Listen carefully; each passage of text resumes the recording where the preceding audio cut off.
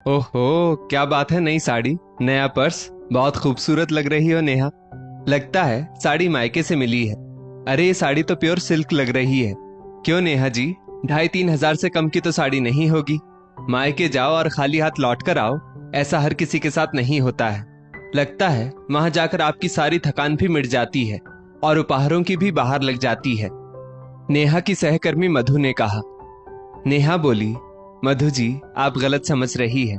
ये साड़ी तो अभी मेरी एनिवर्सरी पर मेरे पति मानव ने मुझे दिलाई थी और ये पर्स मैं न्यू मार्केट से लेकर आई थी। कहो तो अगली बार आपके लिए भी ले आऊंगी, पर पैसे लूंगी। इतना कहकर नेहा हंसने लगी। मधु बोली, कुछ भी कहो, आजकल मायके जाना कोई आसान सौदा नहीं रह गया। जितना मिलता नहीं उससे ज्यादा तो देना पड़ जाता है। पिछली बार जब मैं अपने मायके गई थी, भतीजा भतीजी के लिए कपड़े, भाभी के लिए टी सेट, फिर डिनर करने के लिए बाहर निकली तो उस पर भी खर्च कर दिया। और बदले में क्या मिला? बस एक साड़ी और चूड़ियों का डिब्बा। उस साड़ी को भी रेडी करवाने में 500-700 खर्च हो जाएंगे। अब बिना फॉल और पिको के तो पहन भी नहीं सकती, फिर मैचिंग ईयरिंग, बिंदी, ना जाने क्या क्या। मधु की बातों से नेहा का मन खट्टा हो गया। वो बहाना बनाकर अपने काम में लग गई। कुछ दिनों की छुट्टी के बाद काम पर आने पर नेहा को अच्छा महसूस हो रहा था, परंतु अपनी सहकर्मियों की निम्न मानसिकता को देखकर वो बहुत दुखी हो गई थी। लंच ब्रेक होने वाला था, इसीलिए वो वहां से उठकर ऑफिस के बगल में एक छोटे से बगीचे में जाकर बैठ गई। तब उसे कुछ राहत मिली। उन फूलों की खुशबू उसे उसकी मायके की यादों में ले गई। नेहा जब अब की बार अपने मायके गई थी तो उसको देखते ही उसके माता पिता के चेहरे खिल उठे थे। उसकी माँ सुशीला जी ने बताया, तुम्हारे पापा जो इतने गुमसुम रहते थे, सुबह से कितनी बार पूछ चुके हैं कि कब आएगी नेहा, और ना जाने कितनी बार गलियारे में चक्कर काट चुके हैं। देख लो जी, आ गई आपकी लाडली। अब तो तसल्ली हो गई ना कि आपकी बेटी खुश है।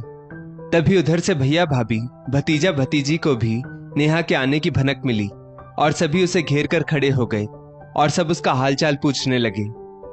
ये सब देखकर नेहा की आंखें भर आई। जीवन की थकान और परिवार के लिए भागदौड़ भरी जिंदगी में अपने बारे में तो वो सोच ही नहीं पाती थी।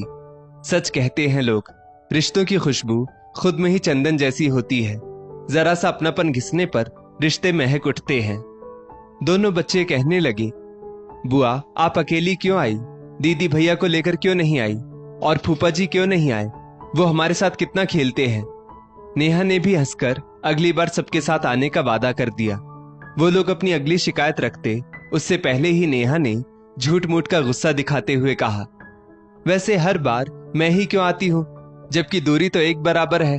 कभी तुम लोग भी प्रोग्राम बना लिया करो, हमें भी अच्छा लगेगा।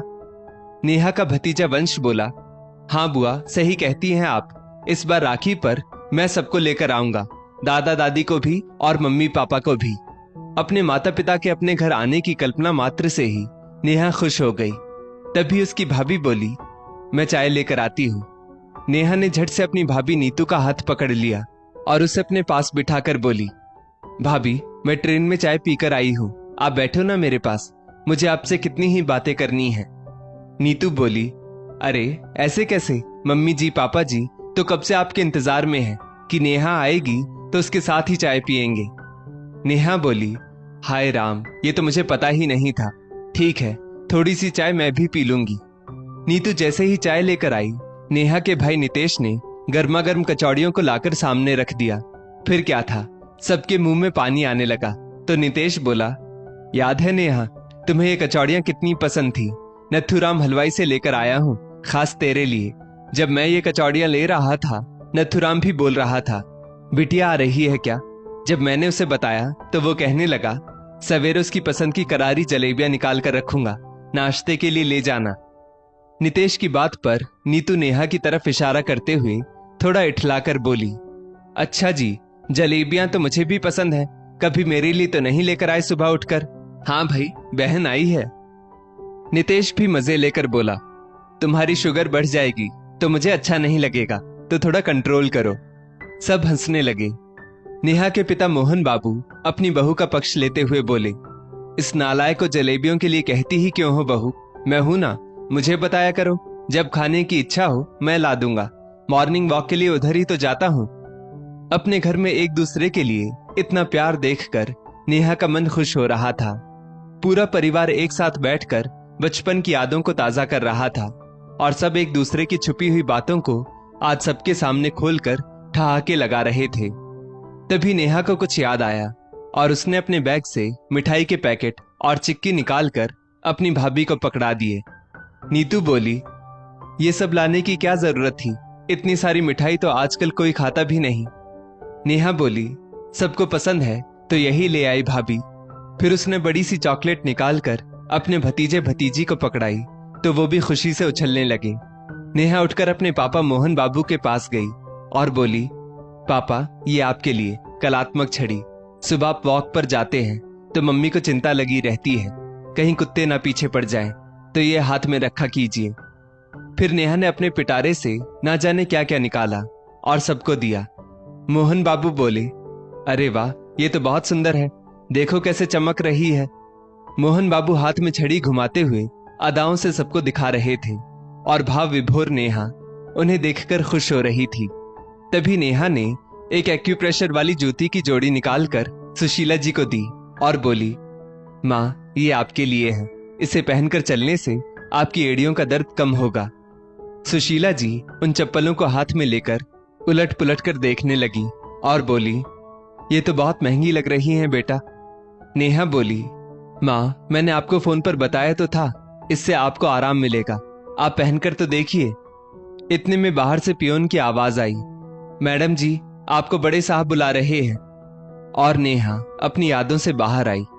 बॉस से मिलकर अपना काम खत्म करके नेहा बैठ गई तो उसे अचानक याद आया, जब वो मायके में अपनी भाभी नीतू की मदद करने गई तो नीतू ने उसका हाथ पकड़ लिया और बोली, नहीं दीदी ये सब मैं कर लूंगी, आपसे एक दूसरी मदद चाहिए। नेहा बोली, हाँ हाँ भाभी बताइए ना। तो नीतू बोली, आपके भतीजे की परीक्षाएं आने वाली हैं और सब विषय तो उसके ठीक हैं, बस अंग्रेजी में उसे दिक्कत हो जाती है, तो आप वो तैयार करवा देंगी तो मैं निश्चिंत हो जाऊंगी। नेहा हंसकर बोली, हाँ हाँ क्यों नहीं, वो भी करवा दूंगी, पर अभी खाना बनाने में तो मदद करने दो। पर नीतू ने नेहा की एक नहीं सुनी और बच्चों के कमरे में ले जाकर नेहा को बच्चों के साथ बिठा दिया।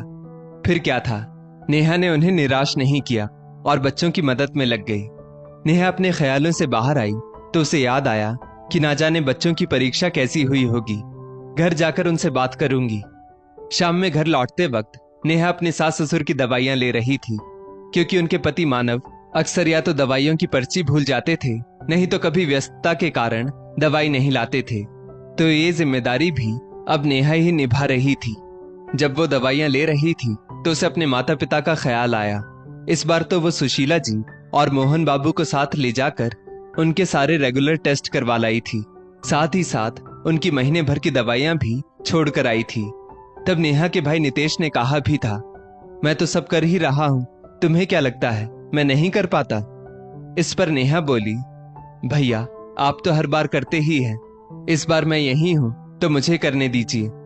नेहा की छोटी सी मदद को भी सारे घर वालों ने सिर आंखों पर लेकर उसे आसमान पर बिठा दिया था। यही सब याद करते करते नेहा की आंखें नम हो गई, जिन्हें चुपके से पहुंचते हुए वो घर पहुंची। सामने देखा तो सास ससुर किसी गहरी चर्चा में मशगूल थे। सुनो जी, बबीता आ रही है और साथ में हमारे नाती पीयूष को भी ला रही है, दामाद जी को तो अभी छुट्टी नहीं मिलेगी। नेहा की सास कमला जी अपने पति कैलाश बाबू से कहती है। नेहा झट से बोली, अरे वाह, बबीता दीदी आ रही है, ये तो बहुत खुशी की बात है। हम उम्र बबीता उसकी ननद कम सहेली ज्यादा थी। तभी अचानक से कमला जी बोली, बबीता का जन्मदिन भी आ रहा है, इस बार उसके ससुराल वालों को भी यहीं बुला लेंगे, कुछ अपने इधर से हो जाएंगे और कुछ उधर से। और हाँ नेहा, तुम मानव के साथ जाकर उसके लिए महंगी साड़ी खरीद लो, दामाद जी और पीयूष के लिए भी बढ़िया कपड़े ले आना, जब दामाद जी उसे लेने आएंगे तब दे देंगे, और उसके ससुराल वालों के लिए मिठाई मेवे वगैरह का भी इंतजाम कर देना, सबको पता तो चले मेरी बेटी का मायका कितना समृद्ध है। सुनिए जी, आप तो आज ही बैंक से 20-30 हजार रुपए निकलवा लाइएगा।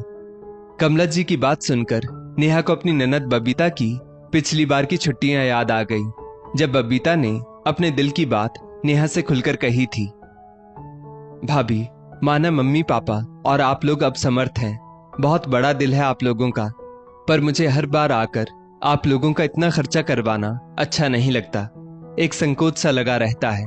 हर समय लगता है सब पर बोझ बन गई हूँ। ऐसा लगता है मैं उपहार लेने ही आई हूँ। नेहा बोली, ऐसा क्यों सोच रही हैं आप? हम सब आपको प्यार करते हैं। उस दिन तो नेहा ने बबीता को समझा दिया, लेकिन आज वही समझ उसे अपर्याप्त लग रही थी। उसे याद आया कि एक दिन उसका भाई नितेश जब उसे उसकी मनपसंद ड्रेस दिलवाने के बाद एक लंबे रास्ते से ला रहा था तो नेहा ने टोका भी, भैया इधर से क्यों जा रहे हैं? नितेश बोला, याद है तुम्हें, इसी रास्ते में हमारा स्कूल था। मुझे लगा तुम्हें पुरानी यादें ताजा करना अच्छा लगेगा। जैसे ही गाड़ी नेहा के स्कूल के पास आई, उसकी बाहें खिल गई। अरे ये तो काफी बदल गया है। वो देखो भैया, वो नीलम मैम जा रही है। ये अभी तक यहाँ पढ़ा रही है। नितेश ने गाड़ी रोक दी और बोला, जाओ मैम से मिलकर आओ, तुम्हें भी अच्छा लगेगा, उन्हें भी अच्छा लगेगा। तब तक मैं कुछ फोन कॉल ले लेता हूँ। नेहा खुश होकर नीलम मैम के सम्मुख थी।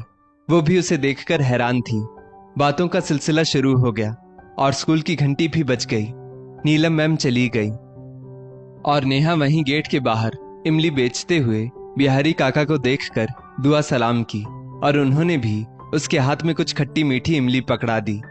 नेहा नितेश से बोली, भैया देखो ना, बिहारी काका इमली के पैसे नहीं ले रहे हैं। नितेश हंसता हुआ बोला, चिंता नहीं करो, मैं फिर कभी दे दूंगा। ये यहीं रहते हैं, कहीं नहीं जाएंगे। अब चलो वापस, फिर तुम्हें पैकिंग भी तो करनी है। इतना कहकर वो घर की ओर चल पड़े। पूरे रास्ते नेहा खिलखिला रही थी, मानो अपना हंसता खेलता बचपन आज वो दोबारा से जी रही थी। और यहाँ ऑफिस की सहकर्मी महिलाएं पूछ रही थी कि मायके से लौटी तो क्या क्या उपहार लेकर आई। नेहा को अकेले बैठा देख मानव ने पूछा, क्या बात है, किस चिंतन मनन में डूबी हुई हो? नेहा मुस्कुराकर बोली, मानव समझ में नहीं आता कैसे कोई माता पिता के लाड़ को पैसों में तोल सकता है। दिन भर बुआ बुआ करने वाले बच्चों का प्यार कैसे मापा जा सकता है? प्यार को यदि पैसे में तोलेंगे तो उसका रंग हल्का नहीं पड़ जाएगा। जिंदगी के बैंक में जब प्यार का बैलेंस कम हो जाता है तो हंसी खुशी के चेक भी बाउंस होने लगते हैं। मैं तो बस यही दुआ करती हूँ कि मेरे मायके की वो प्यार भरी चादर हमेशा मुझ पर बनी रहे। मानव बोला, ये पैसा ऐसी चीज है जिसने अच्छे अच्छे लोगों की मानसिकता बदल दी है। भाग दौड़ की जिंदगी में लोग रिश्तों से बढ़कर पैसों को महत्व देते हैं। जिंदगी तो मानो जीना ही भूल गए हैं सब।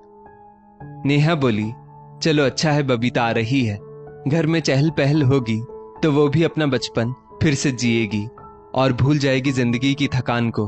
और यहाँ से जब वो तरोताजा होकर अपने घर लौटेगी तो कितनी खुश होगी। और अब मैं उसे महंगे महंगे तोहफे नहीं बल्कि पुरानी यादों का गुलदस्ता दूंगी। यही सोचकर नेहा बबीता के जन्मदिन की तैयारी में जुट गई। नेहा को बबीता के लिए उसके बचपन की छोटी छोटी खुशियों को इकट्ठा करते देख कमला जी को एहसास हुआ कि वो भले ही साजो सामान से बेटी को विदा करते, पर असली खुशी तो उसकी भाभी उसे दे रही है, जिससे उसके जीवन की थकान मिट जाएगी और वो जिंदगी को नए तरीके से जीना सीख जाएगी। दोस्तों, इस स्टोरी को लेकर आपकी क्या राय है? नीचे कमेंट करके जरूर बताइएगा।